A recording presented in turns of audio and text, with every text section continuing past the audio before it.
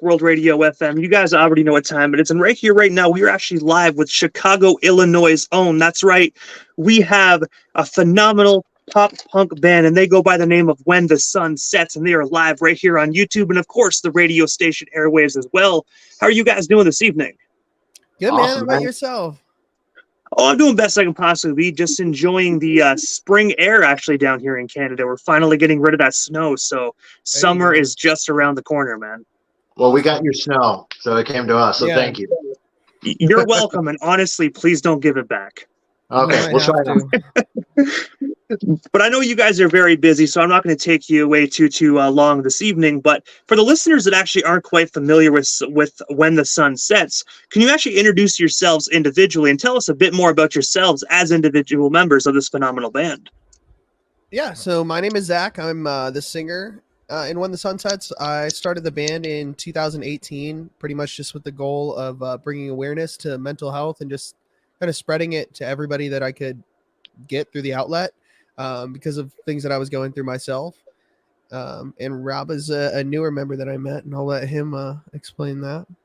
Yeah, I am Robbie. I play bass and kind of just do the ADHD stuff on stage, trying to bounce around too much. But I was in a band that we weren't doing anything anymore, really. And then Zach said he was looking for a bass player.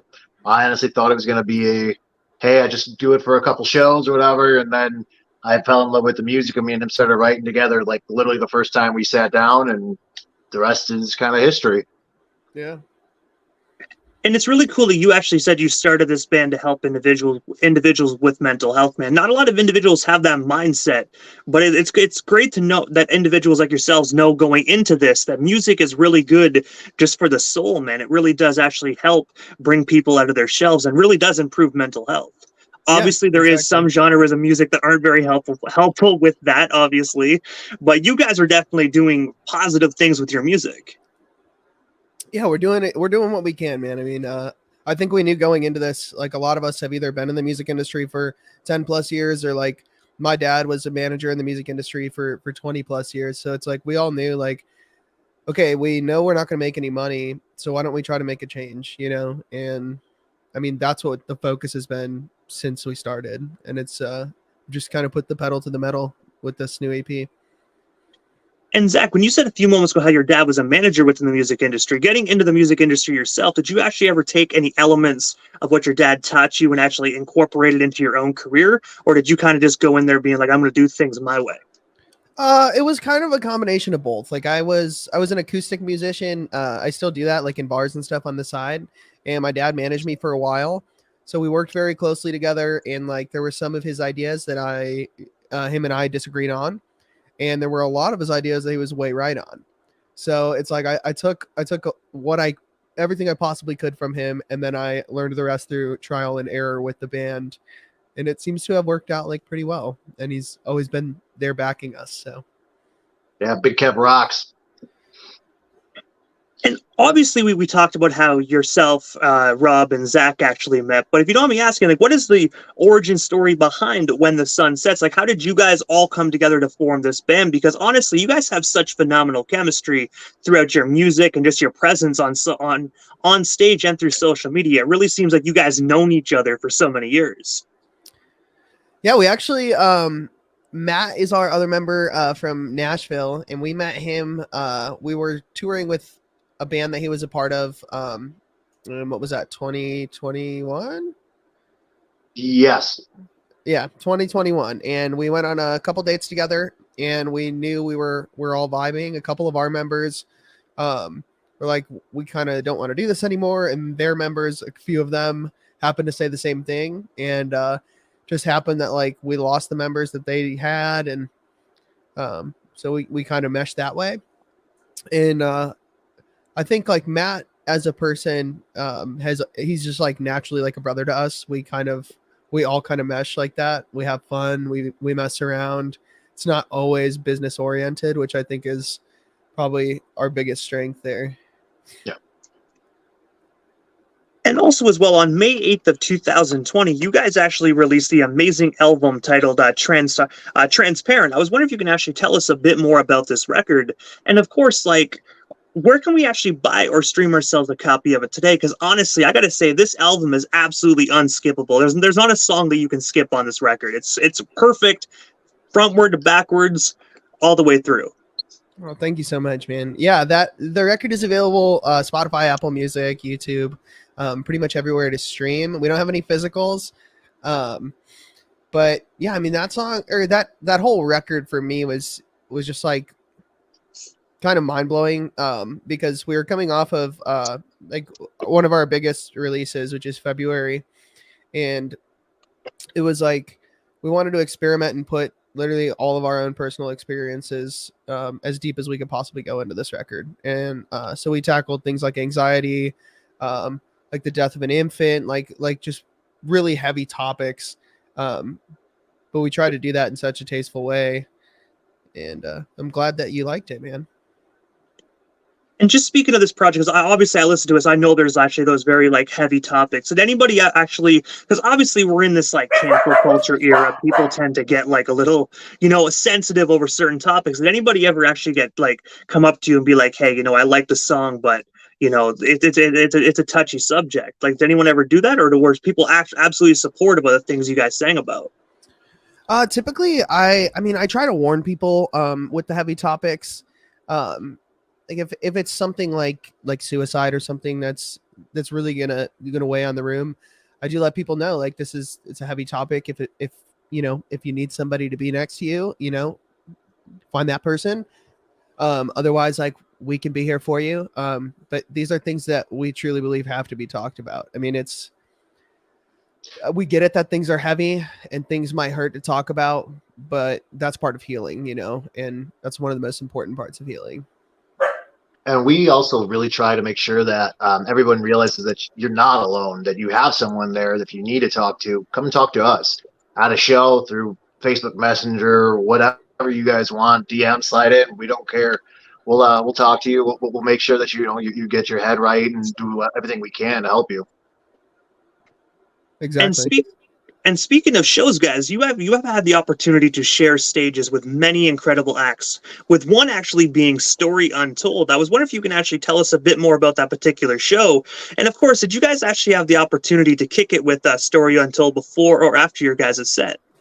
Yes. So that one was super cool. That was also with Rivals, which is another like on the rise like pop rock group. And I ended up I played that show. A couple of us played that show acoustic because the rest of us couldn't make it. So we were kicking it. We were all locked out of the venue and the sound guy wasn't there to unlock the door and everything. So we were just kicking it. I saw Janik. I was a fan of him on YouTube for years before.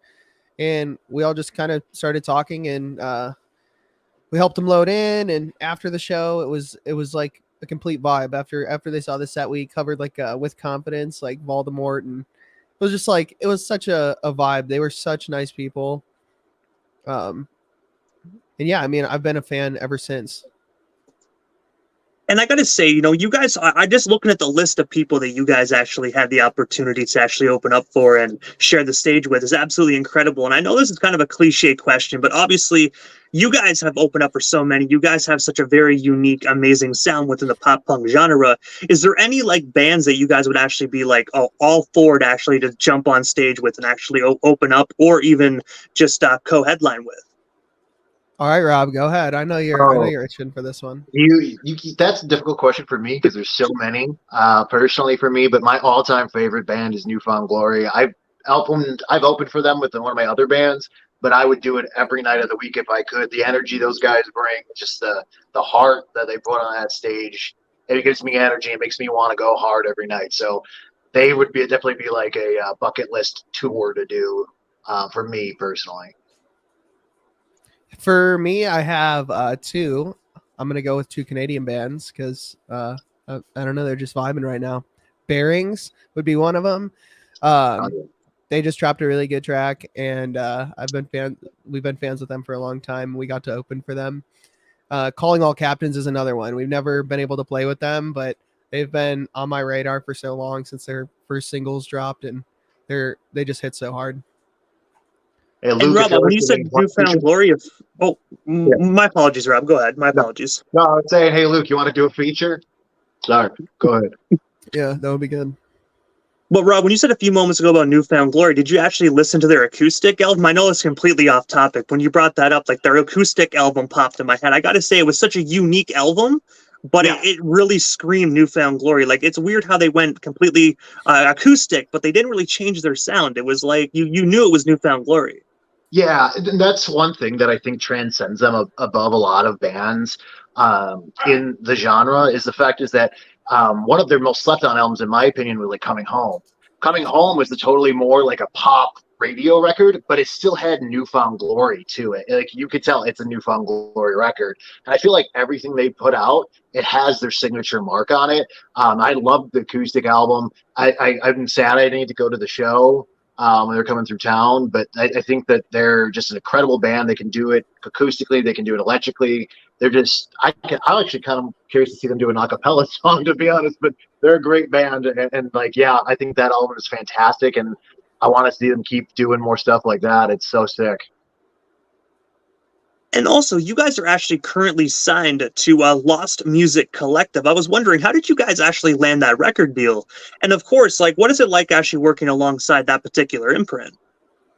So we actually split off from them in I think 2021, something like that. 22, I think, but yeah. 22, yeah, fairly recent. But we were friends with Eric, which was one of the owners over there.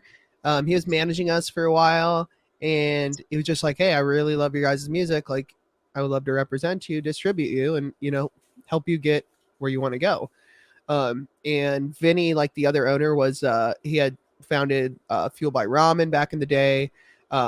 He's done a lot like for music business, so it was like a no-brainer for us to try and work with them. And then we had bands like Goalkeeper, Rival Town, just like a ton of people on the roster that we got to sit in a Skype call with every week and just kind of shoot ideas around and just create a community. It was super awesome to be a part of.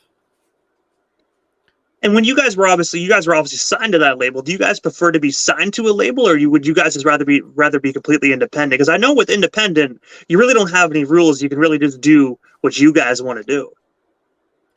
Yeah, I mean, I think at this point, just speaking for myself, like, I think independent for us is just like it kind of fits better with our schedule right now.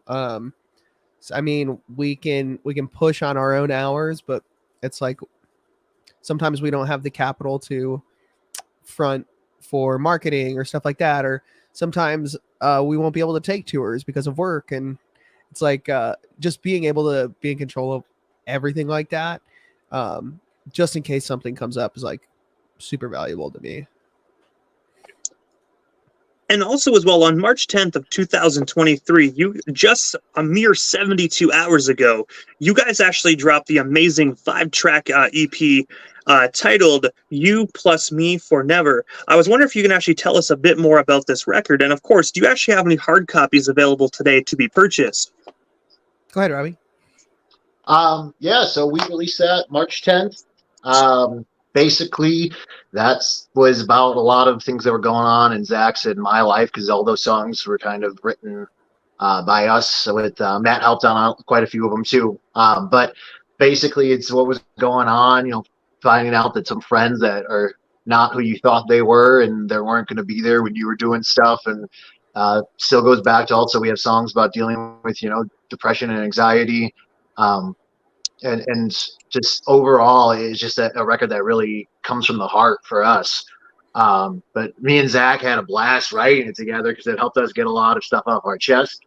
And unfortunately, we don't have any hard copies. It is available on all streaming platforms, Apple Music, Spotify, everything like that. If we hit enough people hit us up and are like, hey, we want a physical copy, we might just do it. So, get in the DM. Yeah, I was gonna say, yeah, if people hit us up, we might just do vinyls or something pretty cool.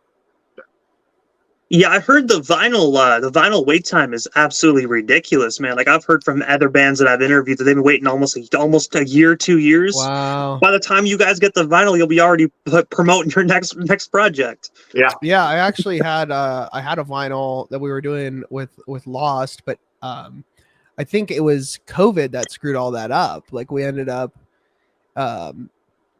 I think it was being made overseas, and so with customs and everything, and probably being short staffed with COVID, I mean, it was like a year and a half, and we were just like, hey, can we just like get our money back? But I mean, it was like, it's crazy. Yeah, I didn't realize that's like so universal. All right, so CDs it is, Rob. I guess. Or cassette tapes. Dude, let's do an 8-track. I'm down.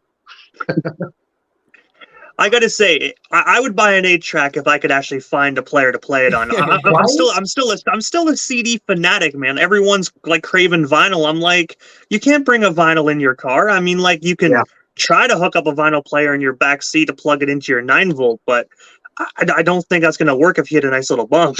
Like, Yeah. Yeah, there goes your favorite record right there. Yep. Crack.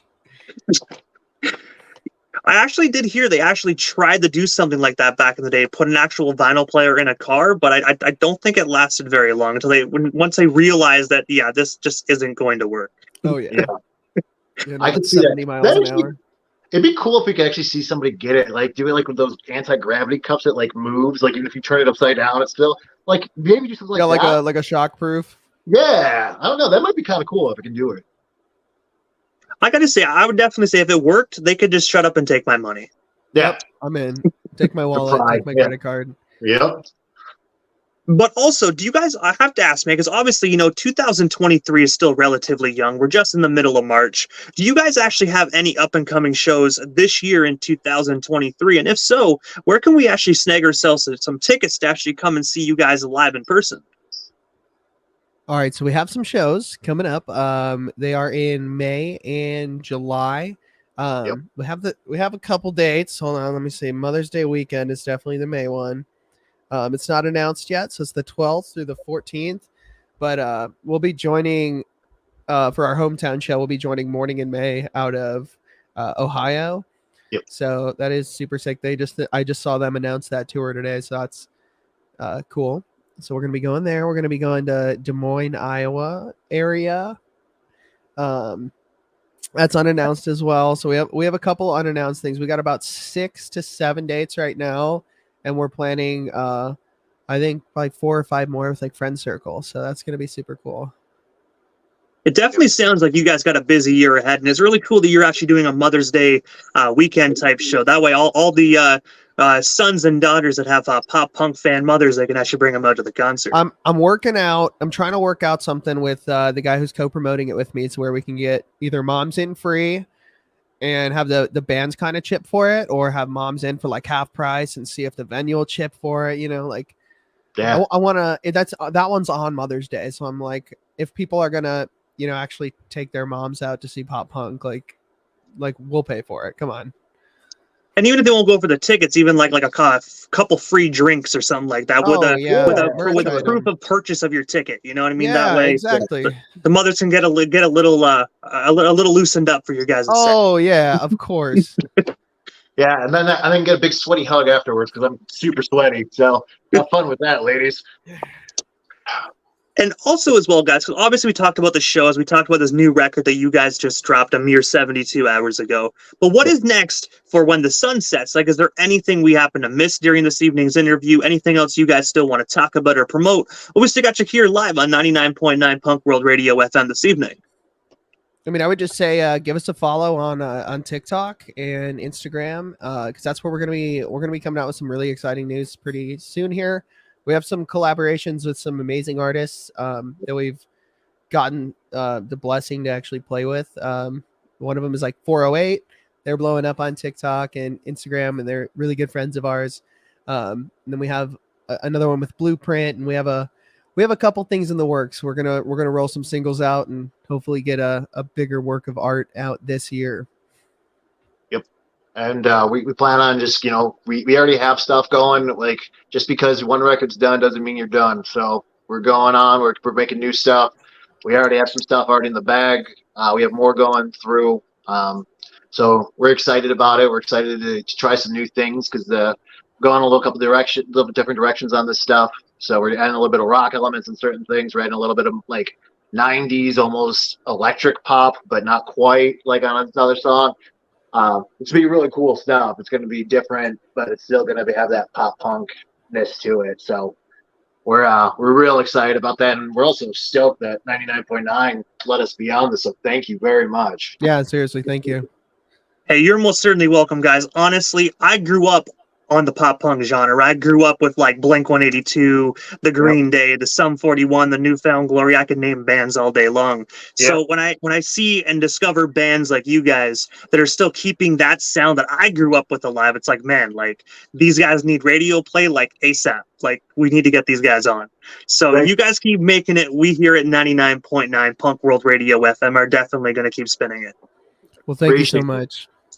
And before we part ways here this evening, guys, I do know you said follow on social media. If you can, would you be able to just tell us your social media handles? That way, if for individuals that aren't quite like social media savvy, they can actually just hear from the band themselves. That way, they can find you. Yeah, of course. So our handle pretty much everywhere is When the Sun Sets IL. YouTube, Instagram, Facebook. Twitter is WTSSIL, I believe. But everywhere else, it's When the Sun Sets IL. And that'll route you to all the other links. We try to have all the other links to everything else on every platform. So. And I got to say, first and foremost, guys, thank you so much again for just giving us a bit of your time. Hopefully down the line, we can make this happen again sometime soon. But for now, definitely have yourselves a phenomenal night and, of course, a phenomenal week as well. Alrighty, buddy. You too. Thank you for having us. Yeah, You're most certainly welcome, guys. Have yourself a great night. Have a good rest of your night, man. Too.